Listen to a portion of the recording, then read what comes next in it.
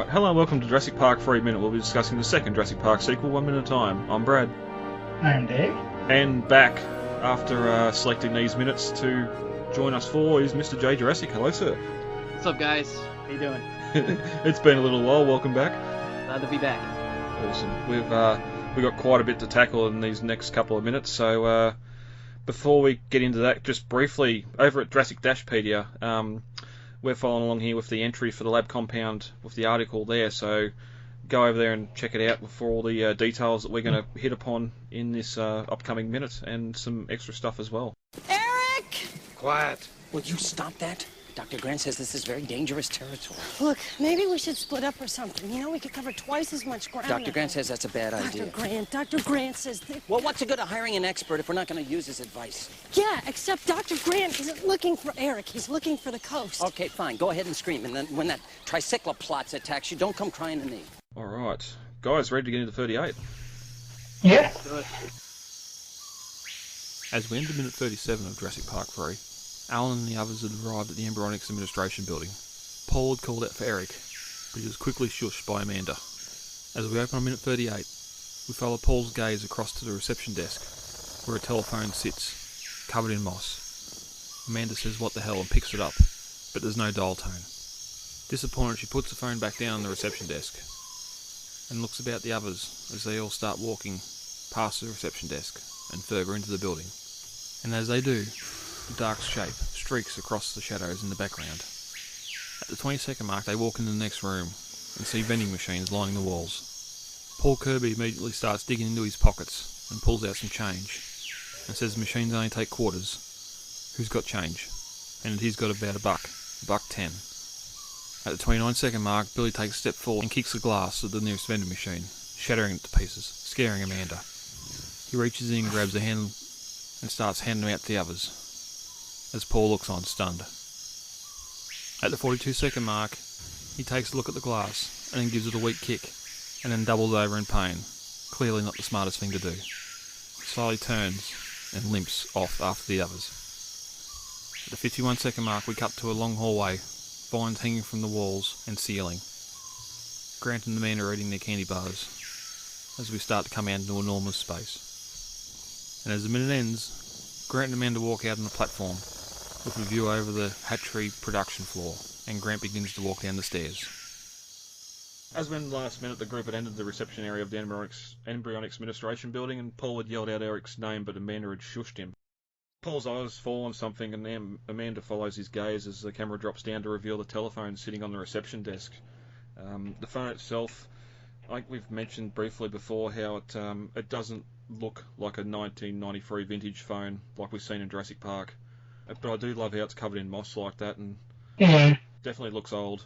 I do like that they kind of bring back that moss effect look that they brought in during The Lost World, how there was like just flecks of moss and mold just kind of splattered all over broken windows and screens and fixtures. And I've done some Googling for 90s model phones, and towards sort of 99, 2000, that's when they started getting the big round buttons and the big screens on them as well, with sort of caller ID and that stuff started to come in. So this is still before that, but it's not quite 93. But it might be a little bit of a clue to Masrani coming back in 99, but we can touch on that a little bit later.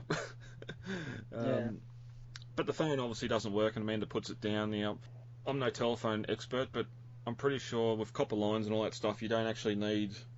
The only thing you need power for is to tell the other phone that there's a call coming through. Unless there's like a main switchboard on the islands. If it's like New Blood, and they obviously only call out via modem, being 93 as well, and not having sort of the radio or the satellite communications that they do now. Yeah. Amanda shakes her head knowing it's a useless idea, but says what the hell anyway, and walks over and picks the phone up, and as she picks the handpiece up, puts it to her ear after a second, puts it down back on the desk, knowing that there's no power and no call going out. And we didn't really touch when they come into the building last minute, but there's these two large... They're almost the same shape as the reception desk either side of where they walked in here. It's like their little information desks or something. It's just sort of odd here in this secret place that you're going to have you're going to be expecting visitors to come into reception. Probably just to receive workers, probably transferring from Costa Rica or from the other islands, maybe. Possibly even dignitaries in a way, like investors coming to see the fruits of their investments. Mm-hmm. That too. Yeah, and this may be our first little tangent. It's interesting in the novels how they mention it, how they use Costa Rican workers and that for the islands back in the day. Yet when we come to Jurassic World, a park that big with that much staff, and you don't see a single Costa Rican native. It's all privileged white men from America coming down to rape the natural land.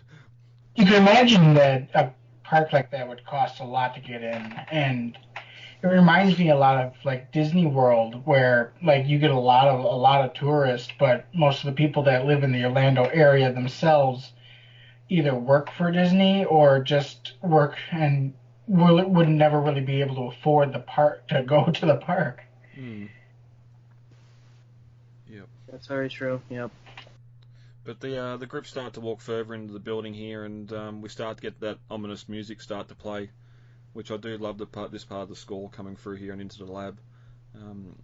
As they sort of move out of the lobby, the camera sort of sticks out there, and we just get that shadow of the raptor streaking past the window behind them, which is sort of weird. We know this building's elevated up off the ground, especially when we just come from out front, yet here's this raptor running past at top speed, seemingly in air.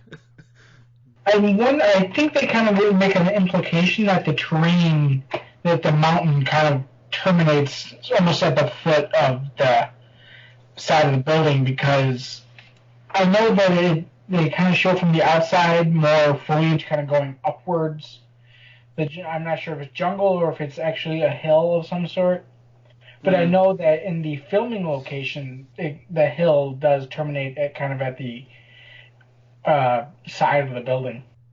Yeah, that's one problem between that CG shot we got of it sitting in the valley compared to the actual set location, where that location out the back of the back lot has that hill that comes down directly into that pool of water that's built on top of. So I remember when I first saw that like really fast dark shadow of the raptor that streaks past the window or whatever.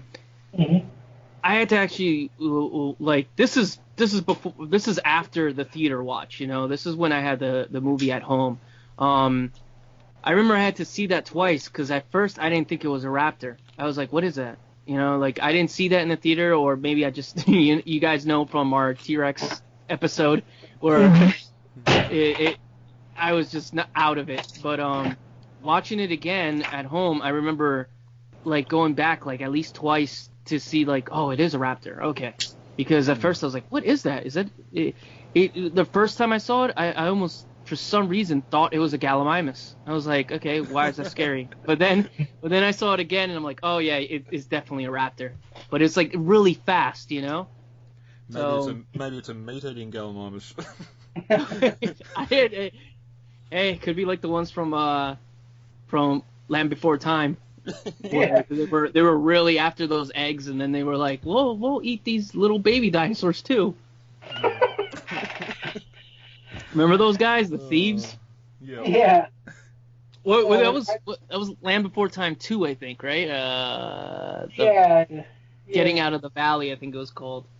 Yeah, it's been a while since I've seen it. Oh, I had that movie. That's why I know it. I didn't have the first one. I saw the first one, but I never had it. I had the second one for some reason, and that one I saw all the time. I had them all up until I think 7. 7 is where I started getting too old to like them. Oh, that's why. Now I know why I had that one. Because Chomper, the T-Rex. Oh yeah, the baby T-Rex. Mm-hmm. That's why. Now I remember. Anyway. Makes sense. Yeah. I will say, I agree with Jay, where I did not realize that this was a raptor in the theater. It wasn't until I watched it repetitiously on home release that I realized, oh, wait, that's a raptor. And one of the things that clued me in was the leitmotif, the little flute slide whistle they have and use whenever they whenever the raptors were around. Yep. Yeah, and it is very much a blink and you miss it. Like it's It moving is. fast ahead in what they do when they get out in the plane in a couple of minutes' time after those hadrosaurs. But it's I like that they used that though. It was a little kind of like horror movie-ish. You know, they like like when you watch a horror movie and all of a sudden in the background something just moves real quick, and if you don't really pay attention, you don't catch it. yeah, I was watching Hereditary last night, and there was like scenes like there were scenes like that like in the background, and if you don't really pay attention, you're like, oh, what is that, you know? But yeah, so you know what you got about that movie was the head. oh, I was not that was- expecting it. that movie was crazy. It was. I think some of our younger fans, please don't watch that movie till you're older. That movie's no. Anyway, sorry, but it's I mean, unless you're like a hardcore horror fan, because that was very, very hardcore horror. But yeah, it's something like that. Like I like that they use an element like that, because if you really think about it, in the other movies, was there a scene like that in TLW and JP? I don't think there was a scene where there's something. The only thing you probably compare it to in JP is the raptor shadow coming across the mural. Just saw that, that illusion that there's a raptor there. You can't actually see it yet, but you know it's coming. Mm-hmm. But it's not as like quick, and you notice it. Yeah. So. And the raptors in Lost World, you only see really them coming through the grass at the hunters, and then just that one right there you can compare it to, because it's kind of, because there's lots of people that don't see that. I mean I've watched that scene with different friends and they don't see it unless they like really paying attention. And I'm like, just look at the field, and then they're like, oh, look at that. And you see them because it's very slight. Like you have to really look because you're so concentrated on the guys just moving through the field. You don't notice those lines being made by raptors. You know. Yeah. So. Yeah, and then once they get to the worker village, it's just over the Suburban and straight on Sarah's back. There's no warning whatsoever. Like even the music's playing slowly and softly until that happens, and it just amps and then up. you got the Congo drums. Oh, it's so great. It is. It's fantastic. But yeah, but I do like that. If you really look at JP3 as a whole, they do try to implement a lot of like horror type of situations in this movie. Kind of like how we always kind of say the Spinosaurus is almost like a like one of those horror villains that just keep appearing, like Michael Myers or Freddy, that just always is constantly going after this group, and having the raptor like kind of just pass by real quick like that is a very like horror-ish implement in the movie, which is good. You know what I mean? That's cool. That's something new. Yeah. Yep. Definitely. As the group sort of split up here and take two paths around the back of this reception desk, and the main this would have been where the mural for Jurassic Park would have been in the Lost World, and we don't really see the detail here, but you only see it sort of looking in through the front doors from out in the car park. But you got the big InGen sign or logo on the this wall behind the reception desk, and it's got technologies under it. So it's InGen Technologies here, which is yet again another version of what we're calling this company, and still no mention of the full name in the film at all, or the franchise.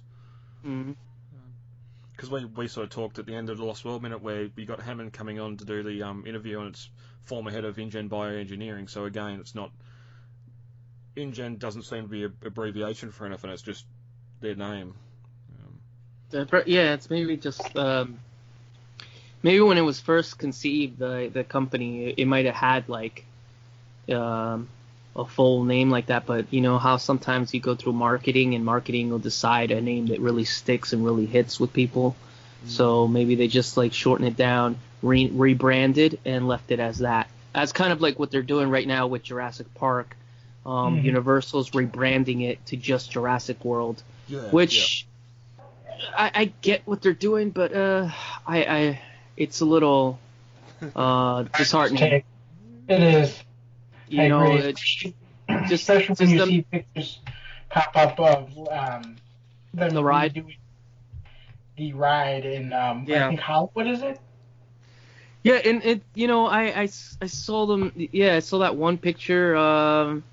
The Chris from Jurassic Outpost posted up of the gates and the letters on the gate, on the big gate of Jurassic Park down, and oh man, and all I kept seeing when I was looking at that picture was seeing Jeff Goldblum and Spielberg like lighting up the torch, when they opened the ride, and just seeing it be dismantled, it hurt. it literally hurt. So I just saw one today where they had scaffolding around the entire sign. It looks like they're gonna dismantle the entire thing now. Oh man, it hurts, man. You know what I mean? Like,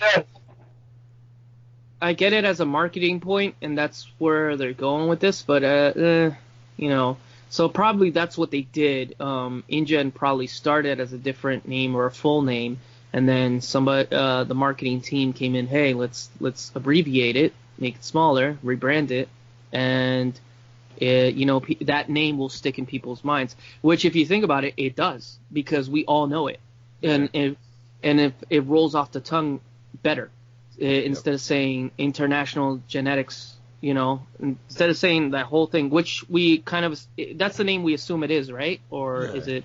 Well, that's novel. So, yeah, that's the novel thing. Yeah. So. Okay, so like if we go, it's easier to go InGen instead of International Genetics.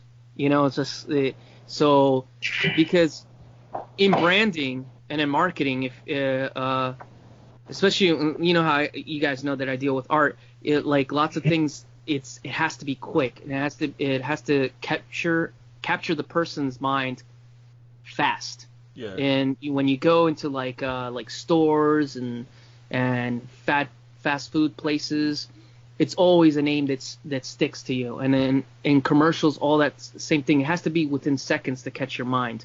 And especially how people, their attention span is not the best. So, like, you have to catch a person's attention quick. So, something like that, I feel that's why they lessened the name this way. I know I went on a tangent, but, it's... All right. Like, I've got an Apple Macintosh phone here. No, it's not Apple Macintosh anymore. And even IBM, it's not. It's IBM just stuff Apple. like that. Yeah. So, it does happen. And, like, even here, if the mirror, the signing on the wall, it's still InGen technology. So, that technologies are still there. It does make me wonder if they were doing other things here apart from just creating dinosaurs. If you got the investment in this research station, probably maybe the reason that phone doesn't look like a 93 phone is because they made it themselves. They were doing something between Jurassic Park and the Lost World that kept InGen afloat. Like there's other stuff. It's not touched in the films, but there's other stuff they got to be doing. Well, if we go into a little bit of headcanon, which takes us into a crazy tangent, but I'm not going to go too crazy with it. If you go by the toys, we have animals like Dimetrodon, which is it's not even a dinosaur, it's a primitive mammal-like reptile from back in the day. We got the pterosaurs, the pteranodon. So it's like they were branching out into different animals in like the toy line. But of course, the toy line is a complete headcanon compared to the actual movie. But let's just say they were doing experiments like that, and they were going not only just Mesozoic animals, but they were going into Cenozoic, getting maybe mammal-like reptiles. Mammals, prehistoric mammals or something, or even as much as I'm not entirely happy with the whole cloning aspect sometimes, but even that too, who knows what they were doing there? Those once we get into the lab, we just see a bunch. We assume it was all dinosaurs, but who knows? Yeah, well, we'll get to those eggshells and incubators next minute. Mm-hmm. Yeah. Oh, whoops! I ruined it for the next minute. There's no spoilers for this film. It's sorry, listeners. 18 years old now. But moving on that wall, we get a couple of old vending machines and a water cooler, and this area is in the Lost World where Ian would have led the survivors out past the mirror and out to the back door in the helipad. So if the camera actually turned to the opposite wall here, you'd see the back of the building. Paul looks at one of the machines and starts digging into his pockets, asking who's got change, and the machine only takes quarters. I've got $1.10, which how's he got $1.10 in his pocket? And especially in change, like you'd think that'd be the first thing to fall out of his pockets when you're getting tossed around inside the aeroplane. And not only that, he just saw that the phones don't work, and he still is like, oh, maybe the vending machines do. Yeah, yeah.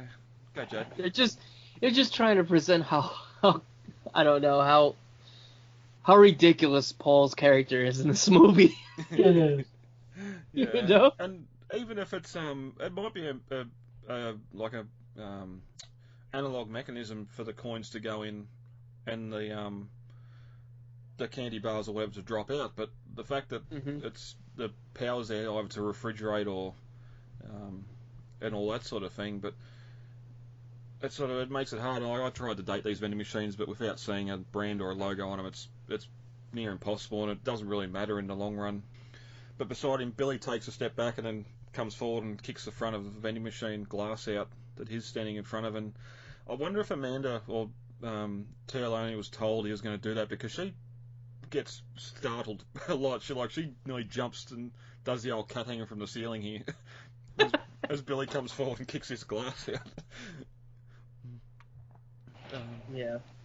But Billy reaches in and grabs a handful of what can only be assumed as candy bars, and walks off, throws a bar to Udesky, and he must give one to Amanda and Grant because they're both eating one in the next scene. But also here you can see there's another big painting of a mural or photo on the wall behind Udesky, but it's a lot darker and a lot hard to see what it is. But it's just interesting that there's a lot of things hanging on the wall in this building, artwork or photos of different aspects of the park or that sort of thing. You just skipped over the best part. What's that? When Paul Kirby goes and tries to kick the candy machine he's at, he finds out it's not glass, it's plastic. Alright, yeah, I was getting to it. It's here somewhere. Oh, no, there it is. Yeah, okay, yeah. There you go. Yeah, well, that's it. Like, they sort of walk off, and Paul sits there and goes, "Oh, I can do this too." And I wonder or do we think he just didn't kick hard enough because he's a bit of a wimp, or is it the fact that it's a different type of vending machine? Maybe there's drinks in this, so it needs to be refrigerated and no glass. I was thinking different kind of vending machine. I think it's it's plastic. Yeah. Well, you I think definitely it was say in flex. glass. Yeah. And he walks away with his hurt foot. He sort of groans and stands back up after because he can't, like, bends over. He really is the comedy relief in this movie. Yeah, yep. Which sort of brings up the question too. We're now 8 years after the evacuation. I know chocolate itself won't really necessarily go off in that time. But if it's got wafers or caramel and nuts or that sort of stuff in it, then that stuff might get mouldy and go off if it's no longer sealed. But it's sort of one of those things. We didn't see it in Lost World, but we did see it in the sort of novel there. And even later when we get to Eric and the Water Truck, there's a lot of being able to eat preserved food that's been in cans or wrapped up after a certain amount of time. Well, canned foods do last a long, long time. That's kind of why they're the staple in bomb shelters and stuff. Yeah, I watched Doomsday Preppers. I was watching that the other day. The rating system, man, oh my. Candy bars, like especially chocolate bars, are gonna melt in the tropical heat, so they're not exactly the go-to for survival. Yeah. Basically, after they ate those candy bars, they're probably, not in the movie, but a lot of them were probably, hitting the outhouse out in the jungle. Well, no one's looking for a banana leaf later on. But there's plenty of leaves, though. Plenty of leaves. Well, Grant can tear his shirt sleeves off. Oh man. There's also the obvious question too: is we got vending machines here now.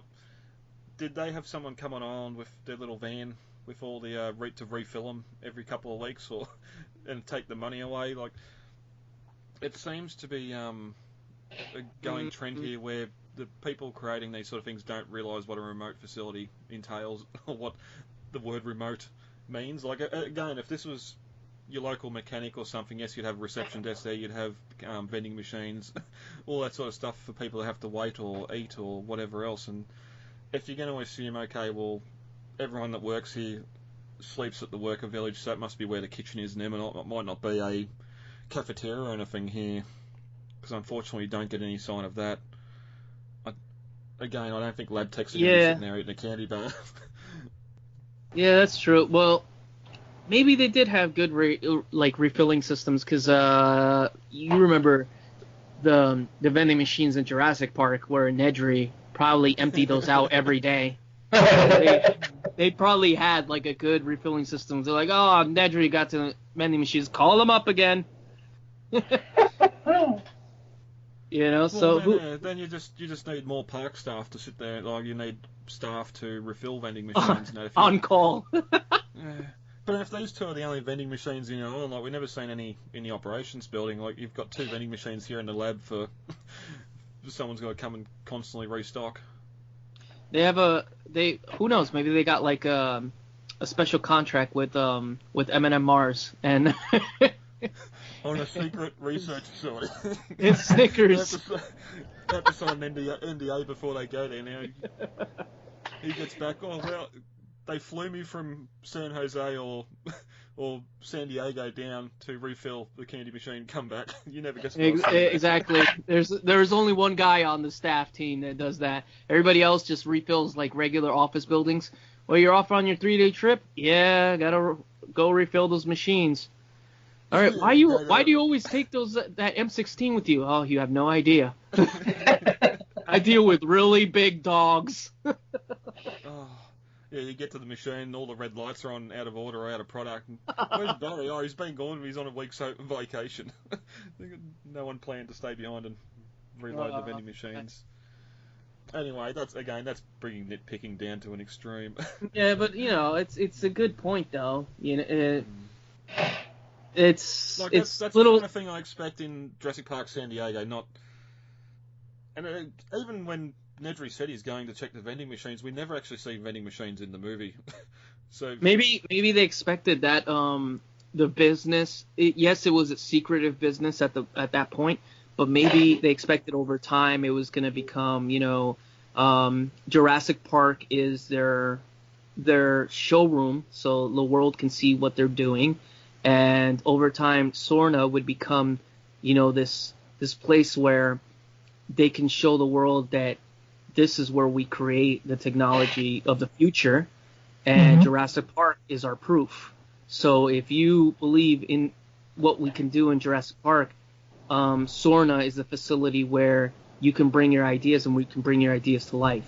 So maybe over time they felt like that was going to be the central hub of cloning and genetics technology for the world, So and that's the biggest problem we have here is just the fact that they were shut down before they really got going. They were able to make a batch of animals to populate the park.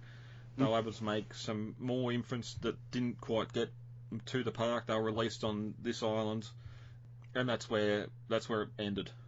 Because what we got to remember is that Hammond was a visionary. He saw this, and he ran with it, and he created, not him. If you go by Fallen Kingdom, it was him and that other guy. What was his name? Lockwood. There you go. Lockwood. That created this idea to make this park. So you have to be a visionary to see this ahead of time. So he was probably in 1993. He was already looking at 2003. He was looking off to the future. So probably that's why this facility was the way it was built up. So that they had the visitors, not the visitors, the workers' village. They had people already living there. They're like, oh, this. You guys get what I'm going at. Yeah. He saw ahead of time how this business can grow, And that's probably why we have. And it's funny because we're going off a tangent off vending machines, but just it goes to show you, like, that's probably where they were going with this, you know? Mm. Yep. And also they had the reception desk. Okay. Yeah. Yeah. Well, that's it. Once the park was operational, maybe VIPs would be coming here, and especially if you're going to start expanding to Europe and Japan and all that, you're going to want to show investors and exactly what's going on to sort of to promote and to get funds to keep building parks and keep making these animals. Yeah, exactly. Yep. But yeah, as we said before, Paul starts limping away in pain, and I just love here again, like just to see corridors with all the vines hanging from the roof. Interesting thing too is they head down. They sort of head away to the left of the vending machines, which is the complete opposite way of where the rest of the buildings extend from the embryonics administration in that wide CG shot. Like here, they're just heading out the back corner and be going back out into the jungle. But it's that's just a little thing I noticed anyway. But we cut to the group and they're walking down another section of this corridor, assumingly officers on either side of the corridor, like we got in the novel. You can see some doors there, again more art on the walls and vines hanging down through these sort of big circular skylights in the roof. Also sort of a weird light fixtures here. We've seen them out in the reception area as well, just sort of like the double, almost like a little chandelier, double circle cones for light fixtures, which is sort of weird. Yeah, I thought that was good too. And they're like they're almost like a skylight in a way. Yeah. Yeah. Maybe something